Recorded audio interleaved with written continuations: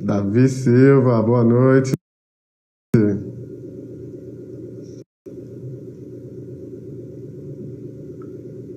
Boa noite quem está chegando. Cecília, House Consultoria. Boa noite, boa noite.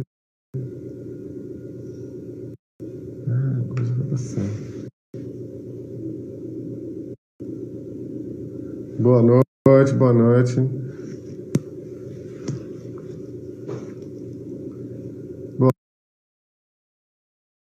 Boa noite, Tati, Tereza, Evandro, todo mundo tá chegando, vovó Ieda, Ju Patriota, Instituto Pró Família, todo mundo que tá chegando aí, boa noite. Essa é mais uma live, nossa, que legal. Daqui a pouco nós vamos estar com a nossa convidada Laís Lopes, mais uma vez aqui, prestigiando a gente. Vamos falar sobre o marco regulatório das organizações da sociedade civil.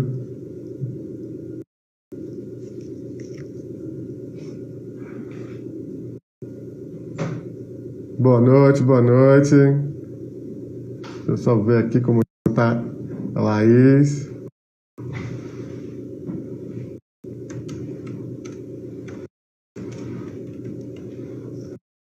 Boa noite, Patrícia, Ana Carol, Laís chegando aqui. Olá, Laís, vamos chegar, vamos ver.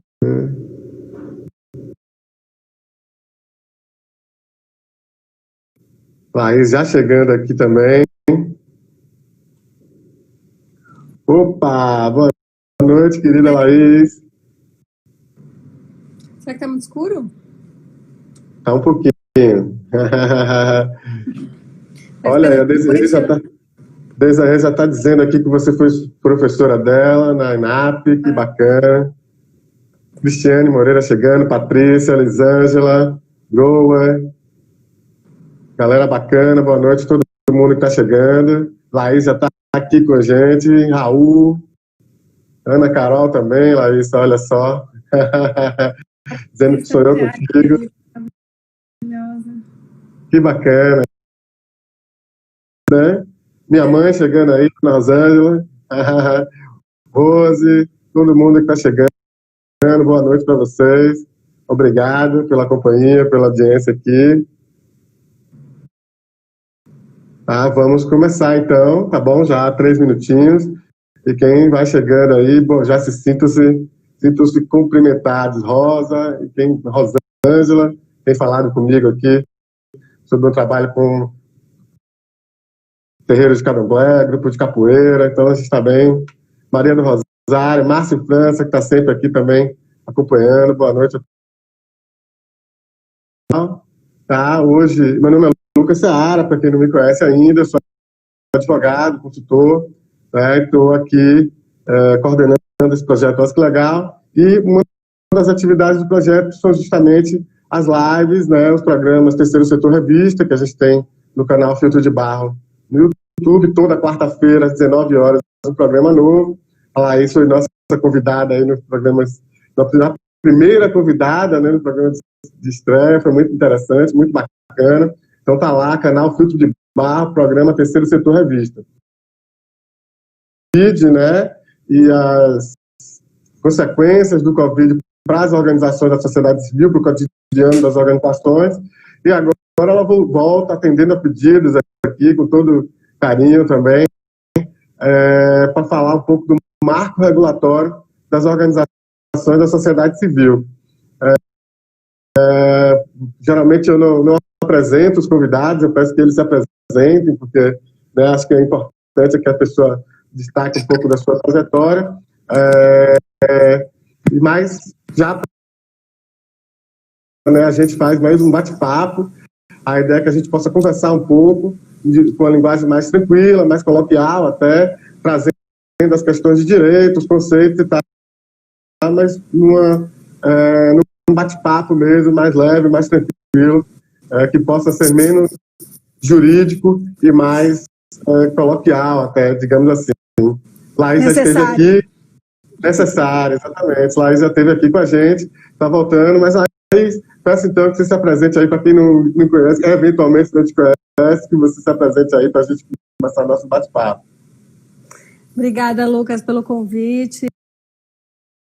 Entusiasta, você sabe disso, e sempre que puder, conta comigo, com o meu apoio pessoal e mobilizando as redes, né? Acho que o trabalho que você faz é bem importante para levar mais conhecimentos do universo das organizações da sociedade civil para mais gente de um jeito traduzido, né? Que é o jeito que eu gosto de fazer. Então, é sempre uma honra estar aqui. Eu me chamo Laís de Figueiredo Lopes, eu sou advogada, eu trabalho nessa área já há muitos anos, 20 anos, e eu fui durante 5 anos assessora especial do ministro da Secretaria-Geral da Presidência da República, a Lei 3.019 de 2014, mas também trabalhando numa agenda de conhecimentos e buscando gerar mais análises e traduzir mais essa gramática da administração pública para as organizações da sociedade civil. Então, coloco aqui toda a minha experiência ao seu dispor. Legal, aí seja bem-vinda mais uma vez. De novo, agradecer você por estar aqui novamente. Você sempre uma generosidade muito grande também, como conhece também, assim como eu, né, que me inspiro também nessa sua trajetória. Acho que é importante registrar, né? Eu já tinha falado isso para você aqui na outra live, mas sempre deixo aqui em público também a minha admiração. Tanto tenho mais admiração pela generosidade, por tudo que ela vem fazendo e dedicação que tem a esse setor, o setor social, e acreditar na mobilização das pessoas. Enfim, então, sinto muita felicidade quando ela está aqui dialogando com a gente e deixando o conhecimento dela à disposição aí também para as pessoas, porque é mais importante também. Mais do que um bate-papo entre a gente, é um pouco também. Então, Laís, eu queria já começar, então, que você falasse um pouco desse histórico da construção do Miroski. Você esteve à frente dessa discussão na presidência da República, como você acabou de falar. Então, falar para o pessoal como é que foi isso, né, dizer para o pessoal entender um pouco melhor essa caminhada. Acho que em termos rápidos que a gente tem sobre o Miroski, que a gente tem bastante coisa para falar, né? E certamente vai vir, eu já adianto até, vai vir muita questão de prestação de contas, é sempre um tema que vem muito, questões mais específicas da legislação. Legal, Lucas. Eu gosto sempre de começar pela história, porque muitas vezes, quando a gente não tem a história clara na nossa cabeça, parece uma imposição, né? Parece uma lei que veio de uma maneira, enfim, bastante recrudescedora, quando, na verdade, ela vem suprir uma lacuna. Ela foi uma demanda das próprias organizações da sociedade civil que se cansaram de serem controladas justamente sem em específico deveria ser glosado ou não, né? Muitas das relações que foram construídas com as organizações da sociedade civil foram construídas por meio dos convênios que são feitos para descentralização de recursos entre órgãos públicos. Essa roupa emprestada que não serve não é porque a gente tem uma nova lei que a gente já alcançou o status necessário de mudança desse patamar. A ideia de criminalização burocrática das organizações da sociedade civil é uma ideia que precisa ser muito conversada e muito trabalhada, porque com o passar do tempo, a gente cada vez mais foi enfim, culpabilizando as organizações e tornando como se fosse prática,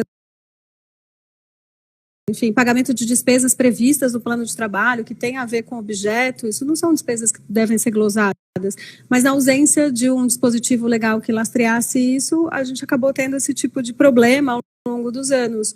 E nessa transição, a gente precisa continuar disputando as interpretações da nova lei que trouxe esse espírito, que nasceu desse espírito, justamente para separar a lógica típica e pura da administração pública dessa lógica mais híbrida, de um campo mais próprio, que envolve... As organizações não viram órgão público porque estão trabalhando com recursos públicos, ainda que sejam serviços de natureza pública. Elas continuam preservando a sua natureza privada. Então, esse embate acaba gerando muitos problemas na relação. E a lei só veio por isso, justamente para regulamentar e para dizer, afinal de contas, o que cabe a esse tema, a partir de um grupo de organizações da sociedade civil nacionais que se constituíram e até hoje estão mobilizadas numa plataforma por um novo marco regulatório das organizações da sociedade civil. Quem buscar essa história na internet vai achar também o site da plataforma e outras informações. E para além da plataforma, a gente tem diversos outros grupos de organizações da sociedade civil que também de um ambiente regulatório que seja mais favorável à existência das organizações como parte do nosso tecido democrático relevante que é. Olha lá, já chegou aqui uma pergunta cabeluda, mas vou deixar ela para daqui a pouco, porque eu queria registrar um abraço e mandar um abraço aqui para Camila Escudeiro, né, do IPEA, do Mapa das Hostes, ela que vai estar com a gente aqui na live dia 15 de junho, tá? Na próxima segunda-feira, então daqui a uma semana. Então, desde já, um abraço. Bárbara, César e Maristela do Espírito Santo, o Rubem, Aldemir, John, Patrícia, Adriana, que é do Acre, o André Carvalho, de Pernambuco, que é advogado, trabalha com organizações também, a FAC. Gente mais tarimbada, que já trabalha com as organizações, quanto lideranças, né, ativistas, gente que tem também, digamos, familiaridade com a linguagem jurídica, e isso é muito importante nessa troca que a gente tem aqui. Eu vou começar então, vamos falar então dessa pergunta que o Márcio França, ele saiu, mas já deixou uma pergunta bomba, né? Ele largou a bomba e saiu. Ele disse que aborda um pouco da suposta inconstitucionalidade da lei. Eu não consegui ver todo mundo que está aí, mas, enfim, você mencionou a Camila Escudeiro, que vai estar aqui depois fazendo uma conversa sobre o mapa das organizações da sociedade civil, que é um projeto que eu, enfim, sou muito entusiasta também. O mapa fez parte dessa agenda de conhecimentos, é uma plataforma pública georreferenciada que tem todas as organizações da sociedade civil do Brasil, a partir do CNPJ, e cruza com várias bases de dados, enfim. A gente sempre teve muito essa questão de que não se conhece quem são as organizações, onde elas estão. Então, a gente está querendo, nessa transição, justamente responder. Esse foi o esforço, né, do trabalho, da agenda do marco regulatório no governo também, que as perguntas que já estavam sendo feitas e que não tinham respostas, a gente respondeu todas. Obviamente que no debate surgem novas questões. Então,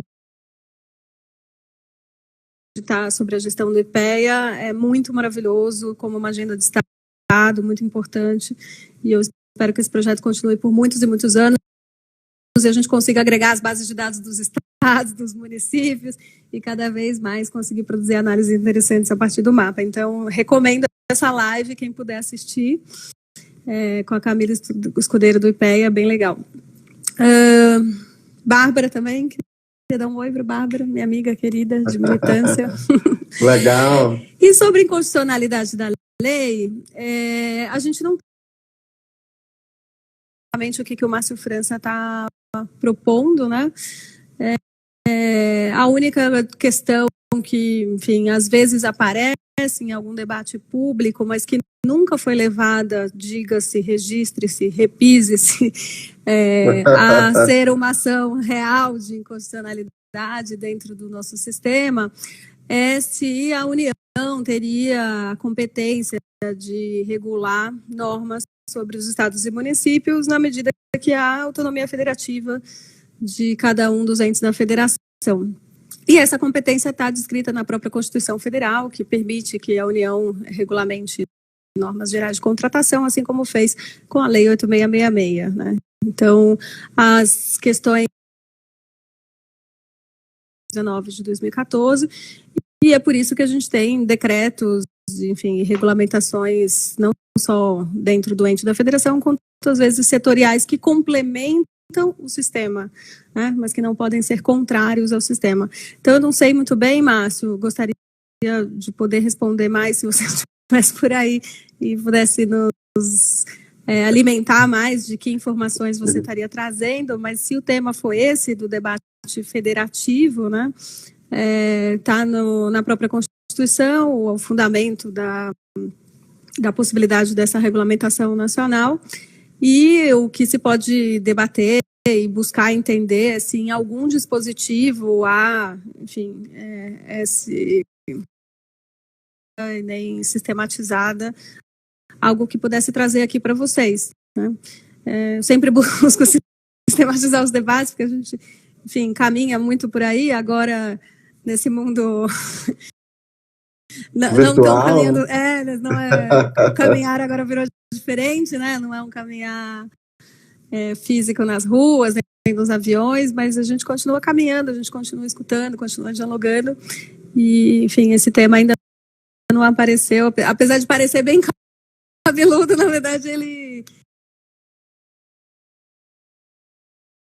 Que bom, de fato, parece que esse é um tema superado, né, essa discussão sobre a autonomia, ou se a União poderia legislar sobre isso, me parece que foi superado ali no começo, logo na discussão da lei, que já não cai mais. Eu acho até, Lucas, que tem, assim, a gente deveria até avançar nesse tipo de debate para entender onde estão os problemas reais, né, de obstáculos na ponta.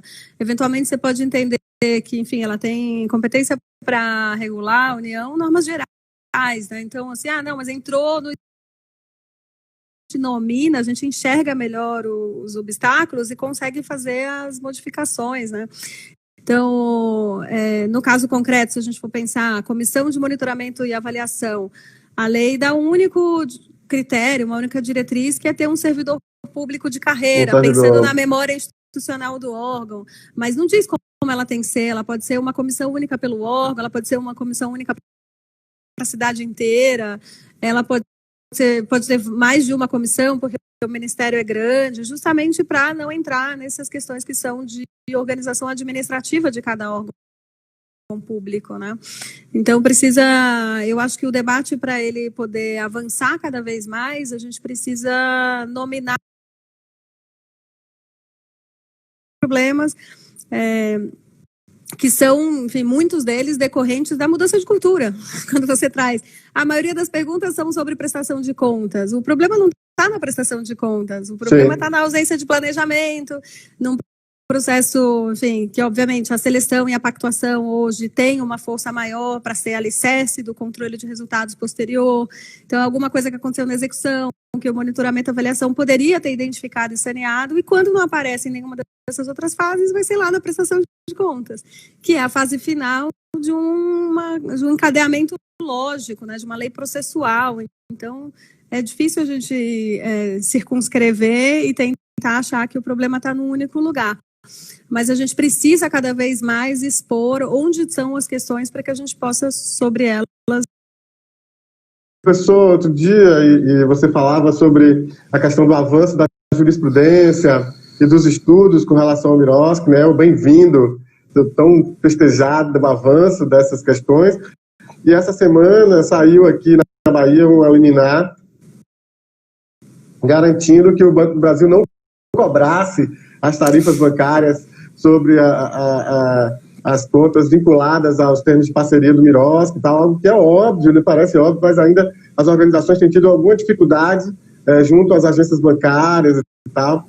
E o advogado Michel Torres, aqui da Bahia, quem parabenizo pela atuação, mandou, a gente disponibilizou no nosso grupo a liminar para que outras pessoas pudessem também ter como exemplo. Isso saiu no jornal, né, circulou também. Então, você tem alguma consideração sobre isso também? Muito bacana, Lucas. Me somo aí as congratulações ao Michel, que é um advogado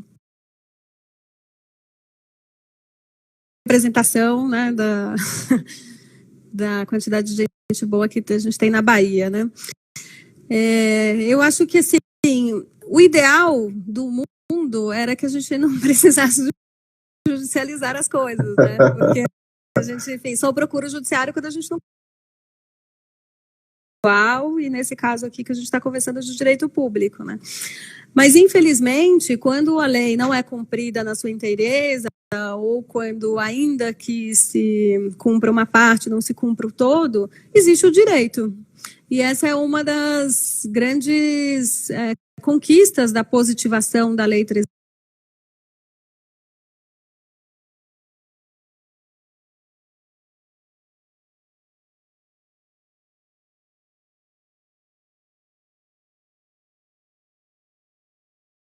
Já era claro de que os bancos públicos, ao recepcionarem esses recursos que são obrigatoriamente depositados nos bancos públicos, que não cobrará taxa sobre a sua utilização nessa relação de mandatário do recurso público, né? Enfim, é isso que está por trás. Mas, de fato, precisou, logo no início, que o Ministério do Planejamento fizesse um ofício e enviasse tanto para a Caixa Econômica quanto para o Banco do Brasil e fizesse toda uma gestão e que não se mostrou suficiente na prática em estados e municípios, quando ainda se tem uma dificuldade nesse exercício desse direito. No caso de Belo Horizonte, e aí fica também uma dica para eventuais outros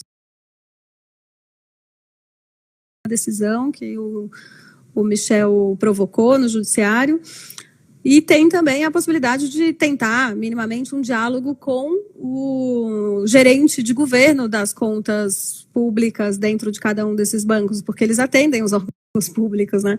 E aí vem a relevância da gente ter um ponto focal dentro do Poder Executivo que possa, de fato, mobilizar o Poder Executivo em nome do Poder Executivo também as soluções necessárias para o Miroski. Então, lá em Belo Horizonte também a Procuradoria chamou o gerente de governo para buscar a melhor solução. Seria uma agência única que faria essa abertura de contas? Tem vantagens e desvantagens. A vantagem é que você já teria uma equipe treinada para recepcionar e para não ficar questionando o dispositivo 51 da Lei 3.019 de 2014. Desvantagem também que a cidade é grande, você obriga todo mundo a ter que ir naquela agência bancária para resolver aquele problema. Enfim, é possível solucionar de várias formas, seja administrativamente, seja judicialmente. Tem uma decisão recente importante do Rio Grande do Sul, que decidiu pela impossibilidade de suspensão das parcerias, simplesmente pelo motivo da pandemia, né? E há uma série de iniciativas legislativas que eu espero que prosperem, que busca justamente dar essa guarida de garantia da manutenção dos repasses, de rearranjo das metas, obviamente, de prorrogação da vigência das parcerias. Para isso, a gente tem até agora, enfim, desde abril, um decreto federal, o 10.315 de 2020, que apenas prorrogou a vigência das parcerias, mas a gente precisa regulamentar melhor toda essa relação pandêmica das relações de Estado e sociedade em relação a recursos públicos no momento, né? Laís, amanhã, na verdade, na quarta-feira, eu vou estar conversando com a Patrícia Mendonça sobre a pesquisa, né, que vai ser lançada agora em junho, de implementação do Miroski, né, na visão dos gestores públicos. Os dados são bem interessantes, né, o programa foi gravado e tal, e você sempre aponta, como agora, né, o case de Belo Horizonte como um case de sucesso. Uma das questões, eu acho que o trabalho de Belo Horizonte foi muito bem feito, mas uma das questões lá também é o mapa das roças como um instrumento dentro da legislação, dentro da regulamentação, como um instrumento em que a organização pode ir lá e publicar publicar no Mapa das OSCs, em São Paulo, do município de São Paulo, que você, ao pedir, né, se você não conseguir cumprir as metas, você só pede que comprove aquele ponto específico onde você não cumpriu. Enfim, você tem alguns UDF, que você tem uma regulamentação específica para a questão cultural, né? Do ponto de vista cultural, você tem uma regulamentação específica. Tem algumas que a gente vê por aí. Né? E aí eu queria um pouco que você trouxesse essa experiência de BH e falasse um pouco da sua visão com relação à regulamentação do mirócito por aí. Obrigada, Lucas. Você até vai trazer também o Tomás de Aquino, né? Isso, amanhã. Seria legal ouvir ele também sobre isso. O Tomás foi muitos anos promotor de fundações no estado de Minas Gerais e foi ele que assumiu esse compromisso dentro do município de Belo Horizonte, junto com o prefeito, quando ele foi procurador-geral do município e impulsionou todas as mudanças que a gente lá construiu. E hoje é interessante que ele já tinha voltou para a advocacia e a Procuradoria segue com o mesmo projeto, segue com o Confoco, que é o Conselho de Fomento e Colaboração, que foi ali existe por alguma razão, eles foram negociados, eles foram pensados, foram trabalhados, brigou-se por cada um daqueles dispositivos, né?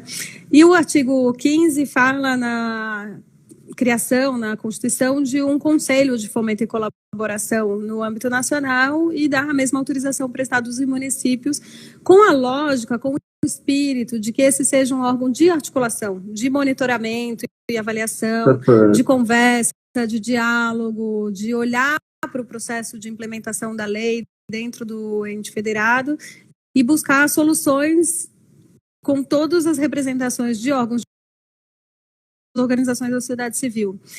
Então, é importante dizer assim, que não é uma experiência que seja perfeita e que não tenha problemas, mas é uma experiência que tem uma arquitetura institucional que dá conta dos seus próprios problemas. E é isso que eu sinto falta dentro dos estados, municípios e até do governo federal, que desfez a estrutura necessária para que isso acontecesse. Porque a implementação de uma lei com essa envergadura, exigindo a mudança de cultura que se pretende com essa lei, é necessária a existência de um locus institucional que possa dirimir os problemas, que possa continuar gerando informações, que possa continuar, antevendo, inclusive, antecipando, melhorando as questões, né? Então, se eu estou vendo que está dando problema nas questões da taxa bancária, vamos fazer reunião com os bancos, vamos se dedicar para que isso, de fato, seja modificado. Não é possível que a gente precisa ter dentro das estruturas públicas, em cada estado, em cada município, dentro da União, um ponto focal, uma estrutura mínima, uma equipe que estude, que produza e que seja protagonista dentro desse processo de fazer acontecer, que faça conversa com os órgãos de controle, que veja se aquilo que está sendo feito está exacerbando ou não. Obviamente que a sociedade civil tem feito isso, mas claro que dentro das suas limitações, tem feito isso num papel de denúncia, tem feito isso numa busca por articulação, ainda mais em governos autoritários, a gente tem mais dificuldades ainda. Mas poder abrir as portas, poder facilitar esse processo, poder acolher de fato as demandas da sociedade civil é uma necessidade do Estado democrático. E que, na medida que a gente não tem isso, enfim, resta no sistema de freios e contrapesos buscar mais ainda, cada vez mais, o judiciário para tentar garantir esses direitos. Mas o que é uma pena, né? Eu só lamento, não consigo achar bom que o judiciário do Rio Grande do Sul comemoro todas essas pequenas vitórias, mas lamento a gente ter que acionar o judiciário para conseguir garantir um direito recém-conquistado e que deveria estar sendo, enfim, induzido de uma forma positiva, que deveria estar reconhecido reconhecendo e valorizando as organizações Brasil afora e entendendo que são parceiros fundamentais nesse processo da pandemia. Olha o tanto que as organizações estão fazendo, se virando para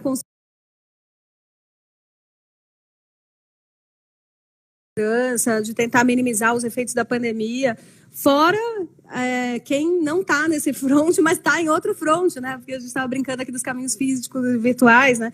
Todas as lutas, essa questão racial que está super presente hoje em dia, que Sim.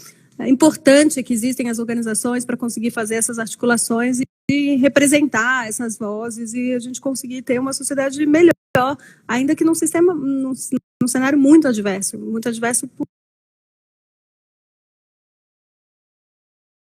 e seja Verdade. pelo próprio, enfim, governo federal, que realmente, enfim, só tem feito coisas a desejar.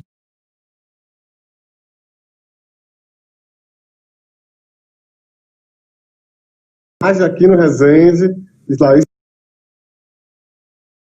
do município de BH, nós vamos falar um pouco dessa experiência, não vamos falar só sobre isso, mas vamos falar também dessa experiência de implementação do Miroski lá no município de Belo Horizonte, com a pessoa que foi responsável por tocar essa agenda lá no município. Eu fico muito feliz de poder trazê-lo aqui. Vou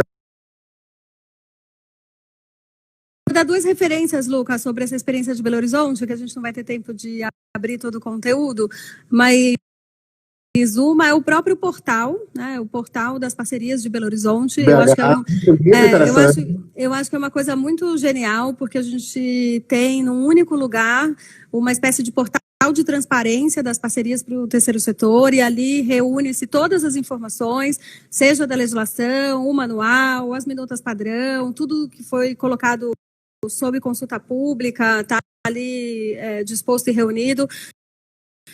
Além da agenda de capacitação pública, que é incrível, necessária, que as pessoas podem ter, mas também ali tem o próprio com foco. Então, a gente tem ali as atas de reunião,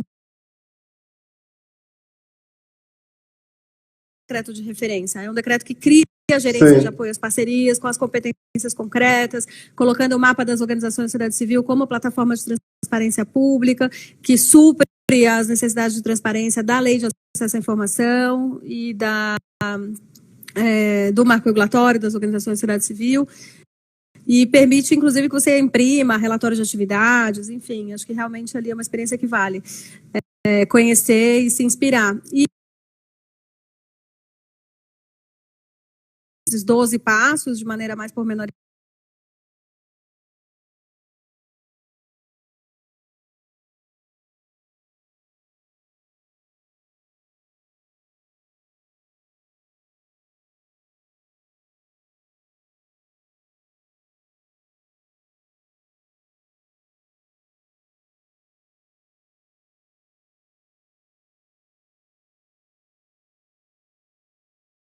que está sempre acompanhando, a Dilma, e a Rosângela Teixeira, que é advogada também, estava numa live muito bacana outro dia com a Ana Carolina Carreiro, com o Renato Dolabella, discutindo a questão da imunidade, isenção. Então, um abraço aí para o pessoal que chegou também depois, o Cadu, que está sempre por aqui também, tá?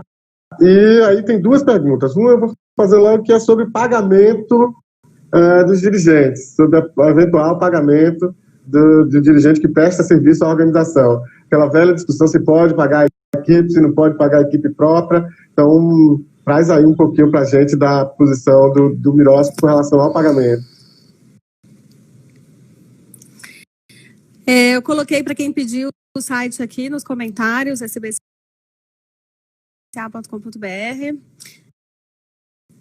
Tomás, a gente acabou de falar de você, hein? Seja bem-vindo. Sei que você vai estar aqui amanhã, mas já estou te dando aqui um oi com saudades aqui. Ah, que legal. Doutor Tomás, um abraço, querido. Amanhã estamos juntos aqui. Acabei de recomendar aí a sua live também. Bom... Pagamento. Não, dá vontade de falar mais, Belo Horizonte, né? Com a experiência que a gente tem tanto carinho, gosta tanto, se orgulha tanto, mas as próximas perguntas vão ser para você amanhã, então, Tomás, sobre Belo Horizonte. Eu acabei de dar 2 referências aqui para aprofundar sobre o assunto. Sobre pagamento de pessoas, dirigentes, etc. Gente, esse é um tema que, enfim, foi muito difícil, mas é um dos temas que faz valer a pena o processo do Miroski, porque foram 8 atos normativos que foram modificados para autorizar expressamente o pagamento de pessoas. Não é proibido pagar pessoas com recursos públicos no Brasil. Tem a forma, né? Então precisa estar previsto no plano de trabalho, precisa ter função específica no projeto, independentemente se a pessoa é dirigente ou não é dirigente da organização, se ela tem valor de mercado, dentro de uma correspondência àquilo que está sendo feito de fato, e eventualmente até, se for o caso, ter um rateio dessa despesa com outro projeto que coordene ou coisa parecida, isso não é um problema. Essa é uma lógica típica de sociedade civil e que está prevista dentro da Lei 3.019 de 2014, que autoriza expressamente o pagamento com todos os encargos sociais inclusos. Então, a gente está falando de encargos...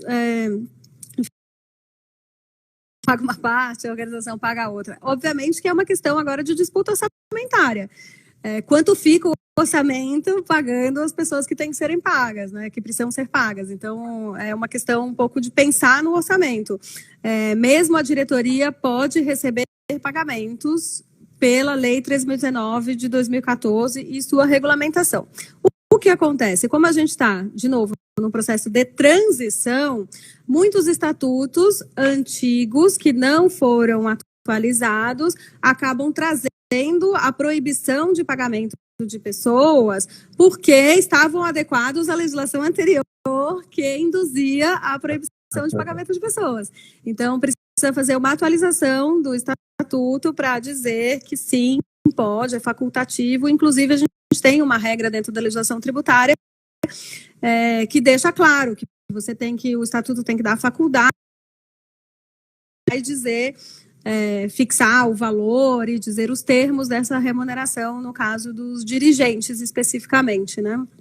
Então, hoje, só para recapitular, esse tema foi um tema muito polêmico durante muito tempo, porque ele vem dessa lógica mais altruísta de que as pessoas que trabalham nas organizações deveriam ser voluntárias e não deveriam ser remuneradas, e com toda a evolução da legislação e todas as demandas por profissionalização do setor, a gente tem dentro do campo das organizações muitas pessoas que se dedicam, de fato, enfim, exclusivamente a querer trabalhar em organizações de sociedade civil, porque se orienta, se vincula às causas, enfim, isso precisa ser estimulado, sob pena, inclusive, da gente perder a nossa juventude.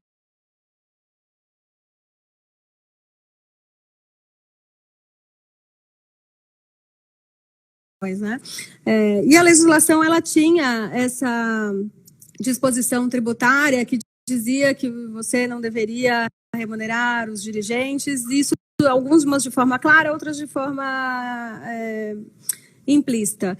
E, principalmente, tudo isso vinha do sistema da utilidade pública federal, que era uma lei muito antiga, de 1935, que trazia esse dispositivo. Essa lei foi revogada, ela não existe mais. Então, revogou-se a lei de utilidade pública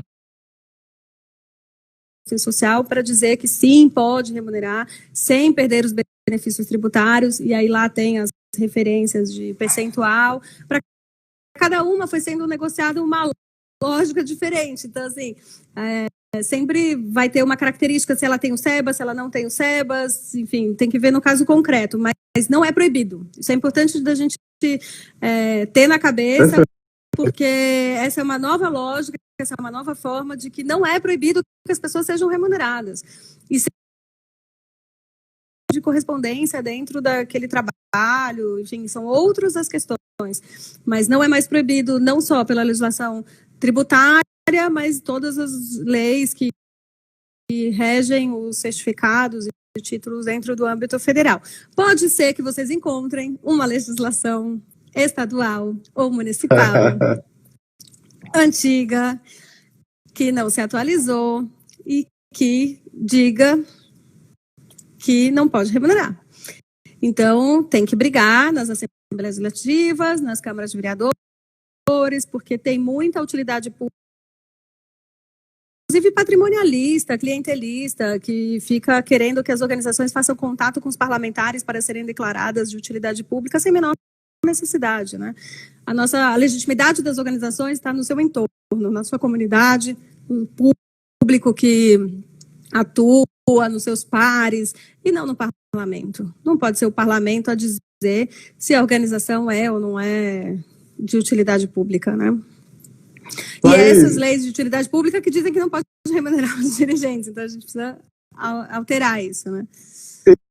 Isso, eu já ia comentar isso, eu lancei um texto falando justamente, utilizando o caso da Lei de Utilidade Pública da Bahia, disponibilizei aí o link, para fazer como referência, né, um estudo de caso específico, mas que faz referência. E outro dia eu estava em discussão com o pessoal do grupo do Miroski do Paraná, justamente porque eles estão discutindo uma alteração na utilidade pública municipal em Curitiba, na capital, e eu mandei esse texto, a gente conversou bastante sobre isso, porque o que acontece aqui no estado da Bahia? O título de utilidade pública, por organizações, que ele leva o estatuto dele para receber o título de utilidade e tal, e chega lá, não pode, você colocou aqui que pode remunerar, porque está de acordo com o Miroski, porque há de mais contemporâneo na legislação, mas o título de utilidade pública você não pode. Então você fica entre, né, ou a utilidade pública ou o Miroski. O que é que eu faço, né? Então é bem delicado. Então acabei de disponibilizar o link para esse texto aí, para quem tiver interesse de aprofundar um pouco mais nessa discussão. Acho ótimo, Lucas, porque esse é um tema que a gente precisa avançar, a gente precisa entender que, assim, o Estado, a gente precisa racionalizar os procedimentos.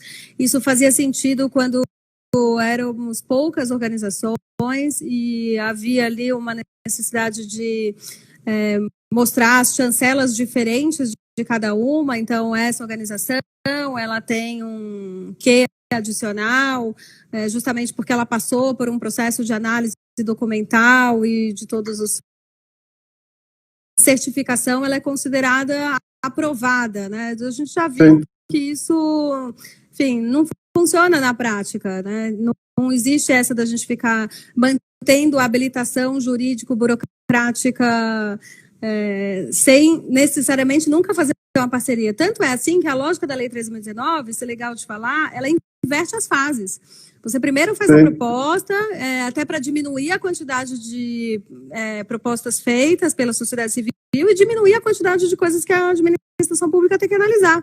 Como é que ela recebe e não analisa? Ela precisa analisar tudo, né? Ela vai analisar toda a documentação de organizações que, enfim, nem vão ser parceiras na prática. Então, a gente diminuiu esse funil de apresentação e análise do início, justamente para ter, enfim, uma maior facilidade e uma habilitação. Enfim, essa ideia prévia precisa ver o que está alicerçado nessa legislação antiga. Às vezes uma taxa de água, uma isenção de água, às vezes um requisito no Estado. Tudo isso precisa ser conversado dentro do Estado e do município para que seja modificado. Não faz sentido nenhum. Incluso a lei federal já não existe mais. Essa de número 91 de 1935, né, que é a Lei de Utilidade Pública Federal. Leiam o texto do Lucas sobre isso. Obrigado. Mas outro ponto que me ocorreu aqui é que a gente está falando da remuneração de dirigentes da equipe, enfim. Mas tem um outro ponto que sempre causa uma divergência, que é a questão das diárias e ajuda de custo para os voluntários. Ou seja, voluntário, eles de fato não podem receber remuneração. Isso é uma natureza. Então, tem muita gente que não sabe isso. Não, ele não pode receber porque ele é voluntário. Quer dizer, eu trabalho com organizações do campo da AIDS, da prevenção à AIDS, enfim, atenção ao usuário de drogas. As pessoas têm que se deslocar de madrugada para pontos distantes da cidade para fazer o trabalho de prevenção e tal. Quer dizer, você vai a pé, não vai comer um sanduíche, não vai tomar uma água durante esse trabalho. Como assim, né? Você precisa ter esse direito. Eu recomendo muito o decreto 8726 de 2016, porque ele é o decreto federal que regulamenta a lei 3.019 de 2014, regulamenta o Miroski, e ele foi feito pelas mesmas pessoas que atuaram na elaboração da lei, né? Então, a gente lá na Secretaria de Governo, toda a equipe da Casa Civil, a época, CGU, enfim, a gente chegou ali a muitos bons consensos e buscou trazer uma ideia, incluso de interpretação, de manualização dentro do decreto. E estou falando isso justamente para convidar para que vocês que estão com dúvidas sobre esse tema, leiam o decreto nesses dispositivos que falam sobre remuneração de pessoas.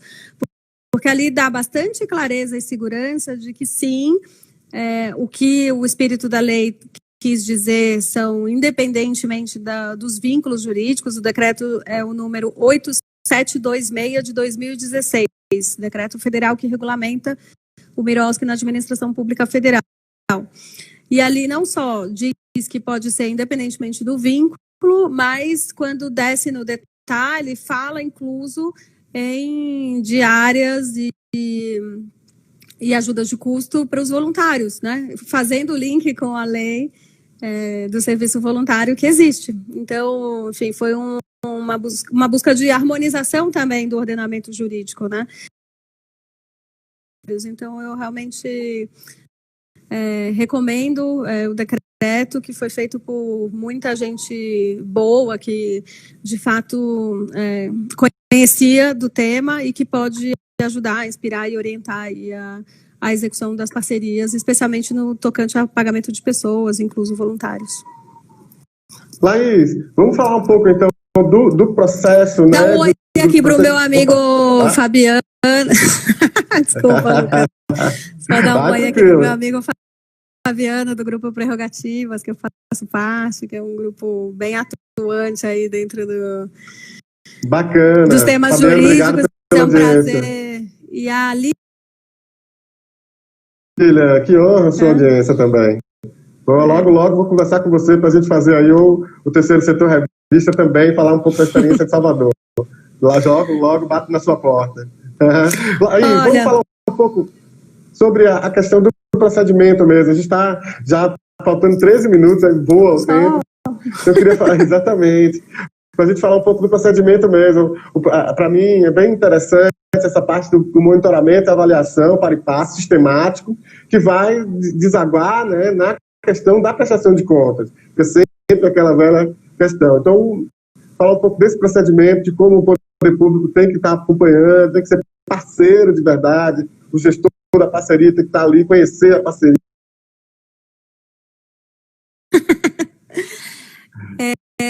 O monitoramento, ele requer o acompanhamento da parceria.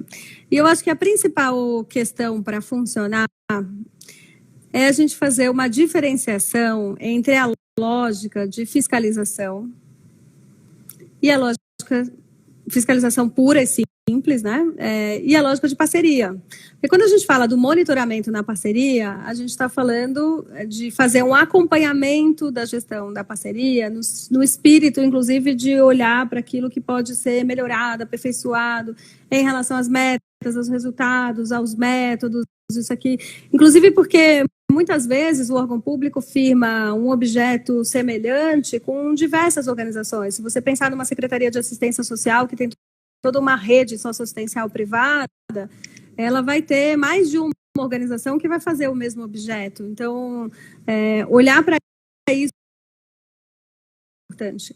E claro que também a gente está fiscalizando, mas se a gente só olhar com a lógica e a ótica do controle, só com a ótica da fiscalização, dificilmente o diálogo consegue ser construtivo e consegue fluir no sentido de atender às necessidades das dificuldades inerentes à gestão de recursos em geral, especialmente os recursos públicos.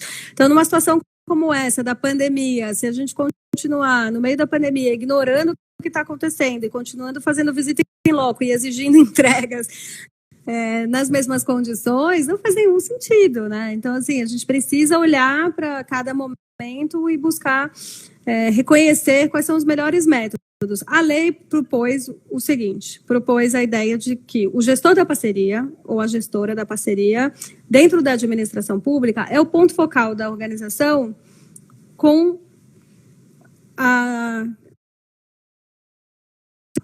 na administração pública. Sim. Então, eu tenho o gestor da parceria. Ele faz o acompanhamento, o monitoramento. E aí existe uma comissão de monitoramento e avaliação. E essa comissão justamente busca avaliar os processos de parceria, não é uma comissão, não foi pensado assim, que é isso que está, por exemplo, na lei das OCIPs. Tem uma comissão de monitoramento para cada parceria. Não, a gente pensou numa comissão do órgão público, para que ele conheça o conjunto de parcerias, acompanhe para e passo esse processo, olhe, inclusive, que deve ser melhorado no próximo a partir da experiência do presente, né? Então, a comissão de monitoramento e avaliação, ela tem a prerrogativa de fazer a homologação daquilo que recebe do gestor da parceria. E os métodos são vários, enfim, a ideia de visita em loco, especialmente quando a gente está falando de coisas que são mais próximas, essa ideia de que a partir de um ano se faça pesquisa de satisfação junto aos usuários, aos atendidos, ao público do objeto da própria parceria, né? E aí, enfim, sempre pensando em que todos esses subsídios são elementos para a construção de uma boa e regular gestão. Agora, óbvio, tem problemas de ordem prática. Às vezes o órgão público não tem um carro para disponibilizar para a pessoa ir fazer um monitoramento. Então, a gente precisa organizar uma escala, precisa dar uma prioridade. Tem que ter uma prioridade de gestão, gente, porque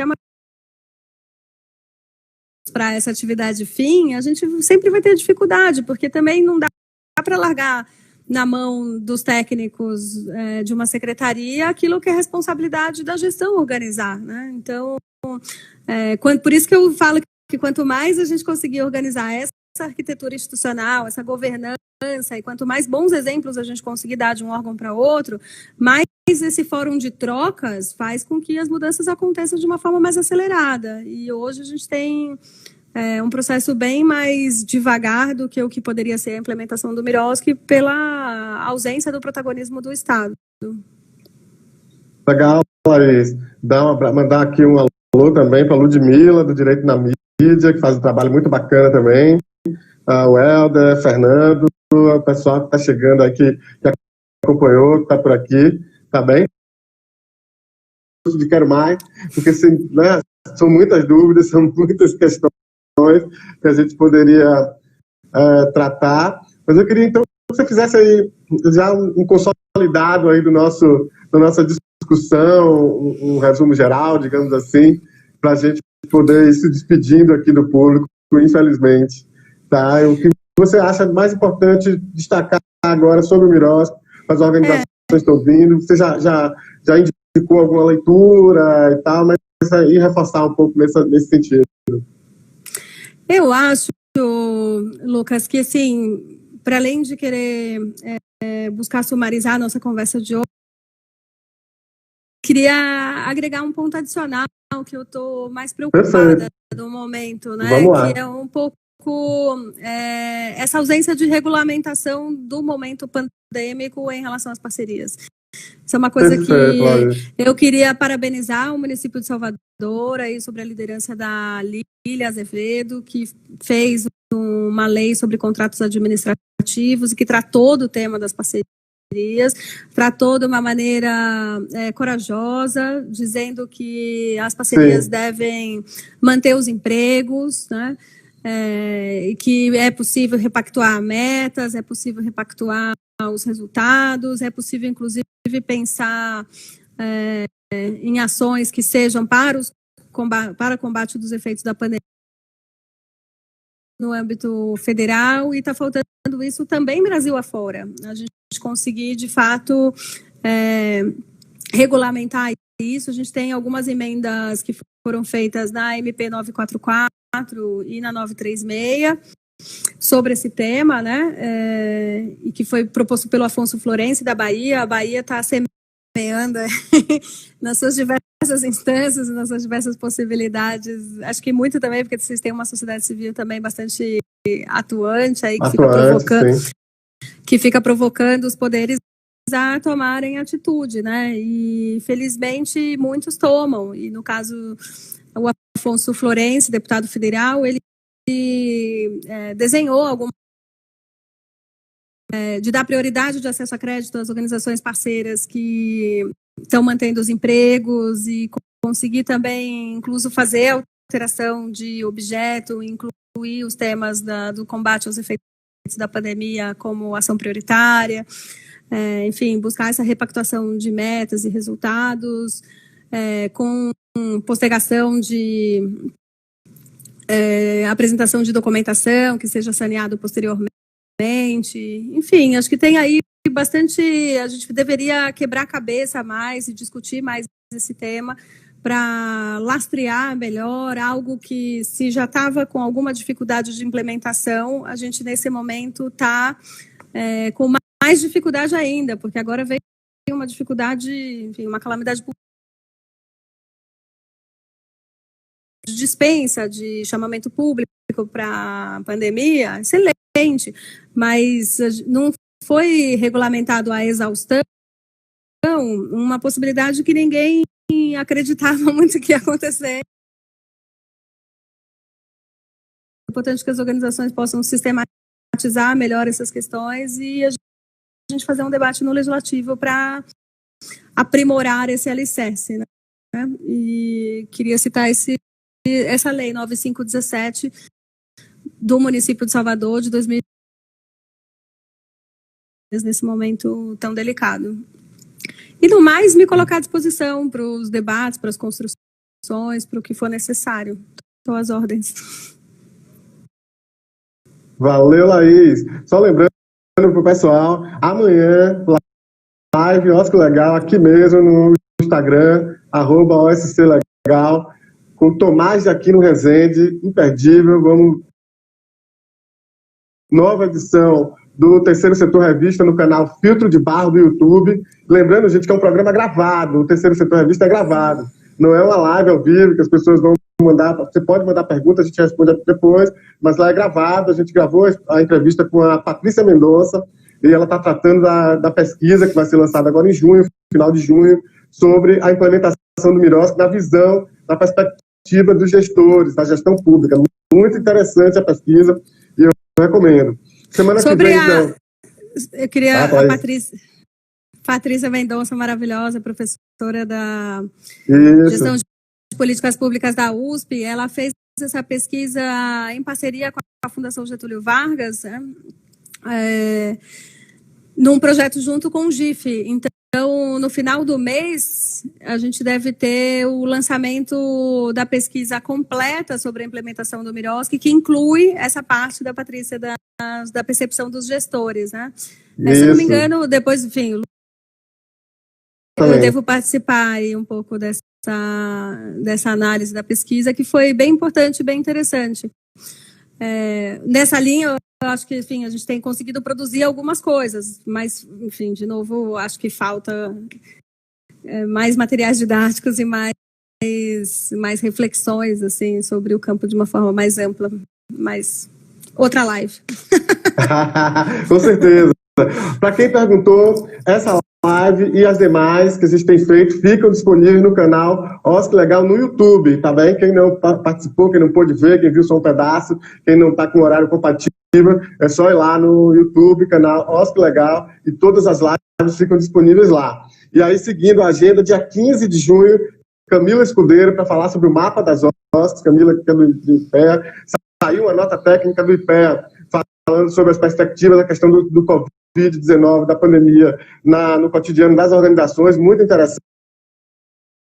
Fiquei muito feliz, Camila, e toda a equipe do IPEA. E dia 16, doutor Paulo Haus, que é um grande advogado também, professor, advogado, vai estar aqui também falando com a gente. Dia 30/6, a gente dá uma parada para o período junino, embora a gente não vá pular fogueira, mas a gente vai dar uma paradinha. Volta no dia 30/6 com o Nailton Casumbalo, grande parceiro, está sempre por aqui. Nailton, obrigado pela sua audiência, está aí também. E a gente escreveu um texto que eu disponibilizei aqui sobre prestação de contas. Laís, só faltam 20 segundos. Um beijo para você.